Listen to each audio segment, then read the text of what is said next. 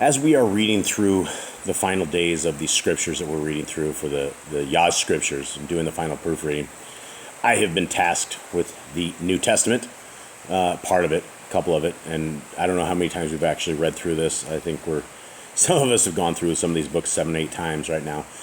But as we go through these books, there's a couple of books that always stand out.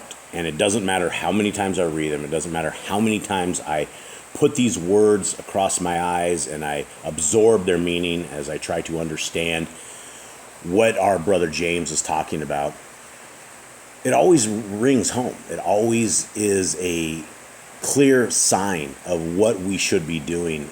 And as people who are supposed to be followers of Christ, that means you should be living and doing what our Messiah said we should do. If we claim that we are followers of Christ, but then we say the law has been fulfilled and we don't want to keep the law, then by default, our dad is the devil. Our dad is Hasatan. There's no other way around it. Your parent is the person whom you listen to. And you may have a earthly father or mother. If you don't listen to them, then by default, whoever you listen to, that has become your surrogate parent. And when we listen to people outside of our Creator, we get into a lot of trouble. Now, as followers of Christ, James is very, very clear in a lot of this, and I thought I'd like to read some of this with you guys, and maybe somebody out there can use this to better the world you're in, to better the kingdom that is going to be coming our way. Now, the Christians believe that there is a rapture, that if you take it as a Christian doctrine, then they believe that you can be a group of disobedient, lawless people, but yet our Creator is still going to have a bus that comes and gets you and takes you off to a place of glory. Now, that's part of the Christian doctrine. But when you actually read scriptures, there is no people that are disobedient that our Creator ever saves. There is no group of people ever out there that are saved that are the disobedient rebels of our Creator. Our entire history of creation, of going into exile, of Moshe in the times of exile and getting out of that, is all relevant around one fact, that the people, our forefather and foremothers, did not continue to walk in the ways of our Creator. We only have one way that we can walk with our Creator, and that's His ways. That is through the Torah. The Torah is found in Genesis, Exodus, Leviticus, Numbers, and Deuteronomy, and that's the only way that we identify what sin is. There's no other scriptures in the Bible that tell us the way that our Creator wishes us to walk, wishes us to conduct ourselves, how we should worship, what we should worship, where we should worship. And the entire goal of the Torah is that we should live by it. It should be our guidelines to life, that we do not make a single move at any point during our day-to-day world where we would know that we are crossing the line of the Torah. That's just what it is. And so when we speak of James and we read his book, it's a beautiful book. Let's begin. And let's see, where are we at? Is this the second chapter of James? Yeah, this is actually James 1 here. So let's take a look at what this says right here. Do not go astray, my beloved brothers.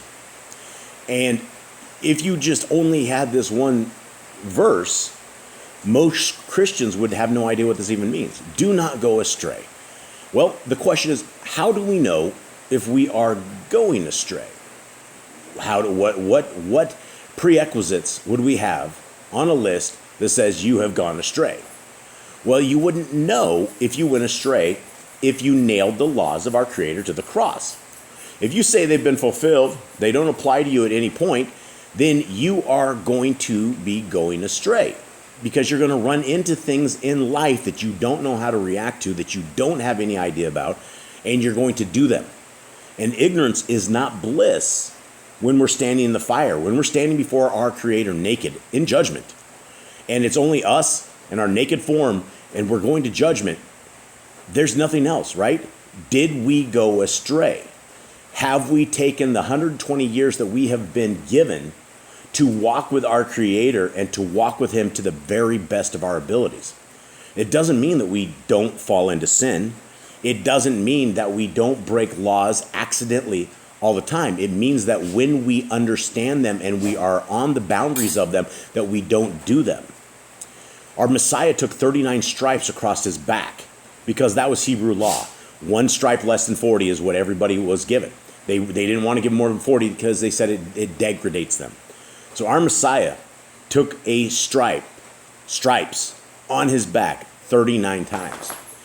Every single time that we live in sin, that we do not come back into the covenant with our Creator, we're adding another stripe to the back of our Messiah. 17.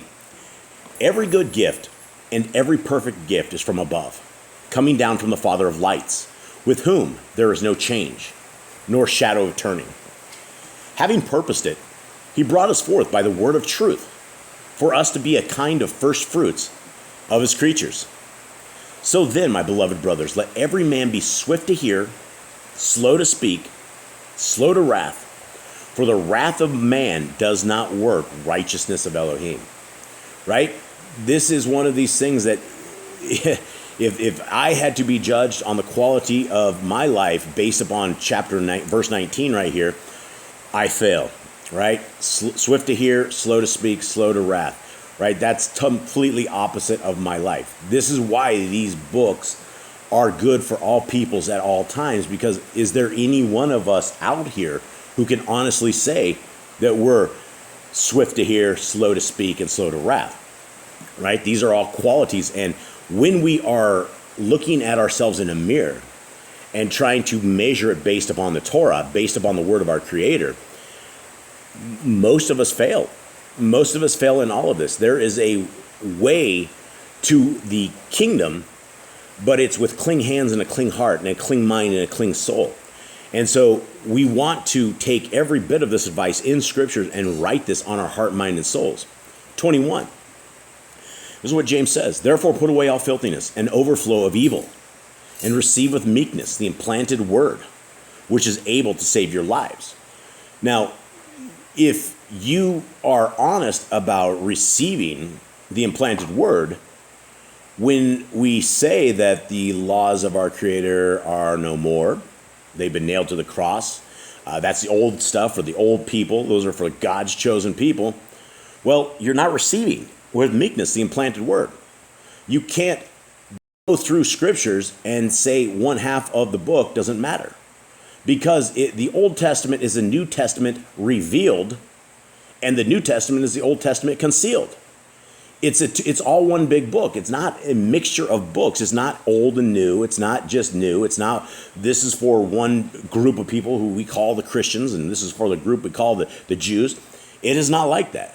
The Scriptures from the front of the book to the very end of the book are for anybody who wants to be a child of the Most High and is willing to change their life into that fashion.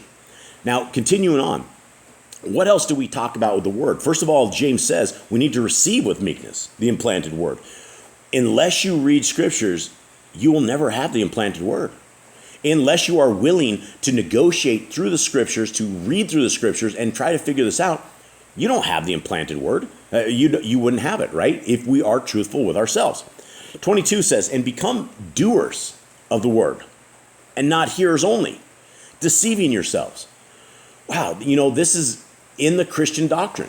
The Christians read out of James all the time. But do we truly see what James is saying? How do you become a doer of the word if you don't know what the word is? You wouldn't. The Christians will say, well, the Holy Spirit, I've had them say it just like this. Well, honey, the Holy Spirit guides me, and I just pray as I pray for my swine as I eat it. That's what they all do. They take little bits of Paul here and there, and they're like, well, don't let anyone judge me in meat and drink and what day I can worship, right? That's completely taking things out and making them a satanic.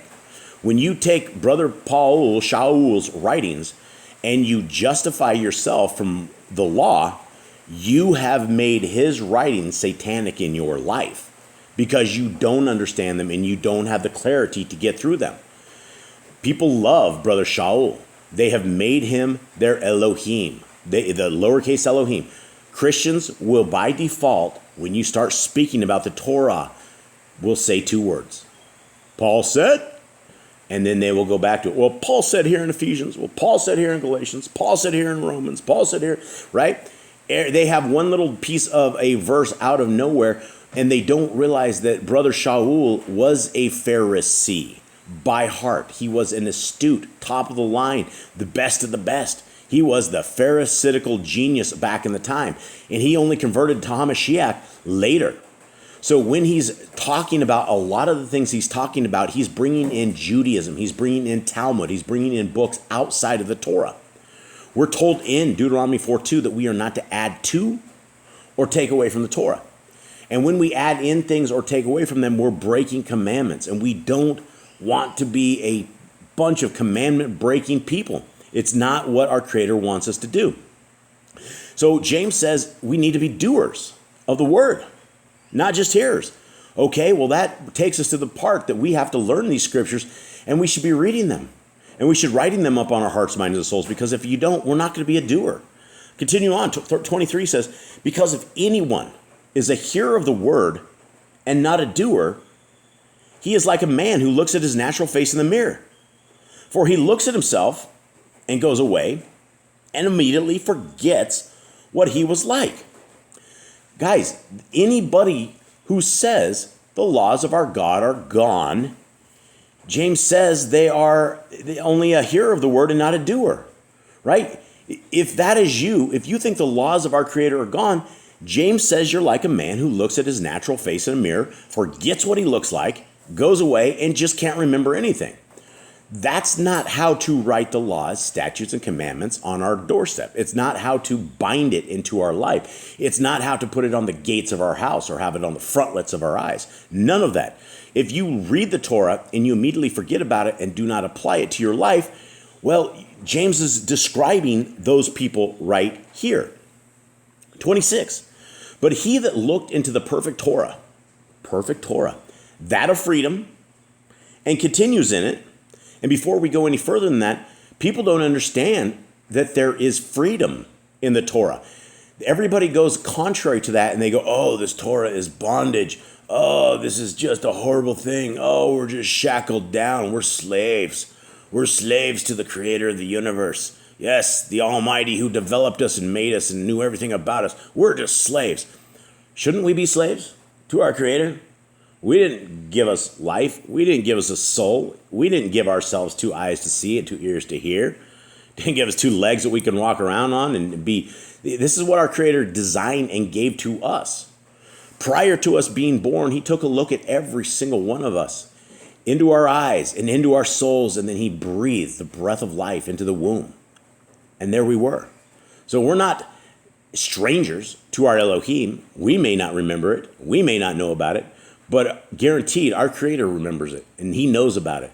And if we want to be a hearer that forgets, then we're basically scriptures that have been talked about right here. So how is the Torah perfect freedom? Because when you walk in the Torah, you have less sins that are accumulating for the day of judgment. That makes us free. Freer than those who never hear the Torah, who don't care about the Torah, who walk carnally and will die in their carnal ways, right? You, us, all of us, we have the ability as free men, right? Free men doesn't mean free without the Torah. It means you're free men because you have the Torah and you're walking with our Creator. That's the only way you're free, right?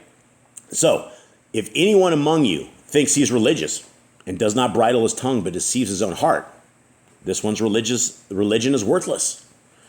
Cling, an undefiled religion before the Elohim and Father is this: to visit orphans and widows in their affliction, to keep oneself unstained from the world. So it doesn't say right here that the only thing we need to do is visit the orphans and widows, which is an absolutely amazing thing to do. And it says right here, to keep oneself unstained from the world. Well, how do we, I guess that it begs the question as how do we become stained, right? Well, anybody that has a subscription to cable TV has the ability to be stained. If you're sitting there watching the one-eyed sleep snatcher and watching all this carnal TV and movies and music and all this garbage all over the place, you will be stained, right? Even from back in the days when my kids were just 4 and 5 years old, they can still sing the songs that I lived gleefully as a raging Babylonian. They still remember the songs. Once they have heard it, it doesn't matter how old they were, it continues on with us forever. We are staining ourselves by walking in the world, by smelling like the world, by tasting just like this world. Are we celebrating the holy days of Thanksgiving and Christmas and Easter, right? We're staining ourselves. We're walking with the Gentiles. We're walking with the nations. And this is what our Creator wants us to do, is to not look like the nations, not look like the Gentiles, to keep ourselves separated, and to keep the Torah on our hearts, minds, and souls. Our Creator gave this to us for a reason, and it is up to us if we want this freedom of the Torah. Or it is up to us if we choose our daddy is Satan. There's not a second road to this. You have the left and to the right, and both of the left and right take us off the narrow path. The narrow path is the path that we should be on, and we only have 120 years of a lifespan, and nowadays, most of us don't have more than 80 years. People are dropping nowadays at 8 years old. Heart attack city, right? The world is gone. Now is the time right now to make these choices. Now is the time to walk away from the sinful lusts of the world that we are in and to dedicate ourselves to the kingdom to come.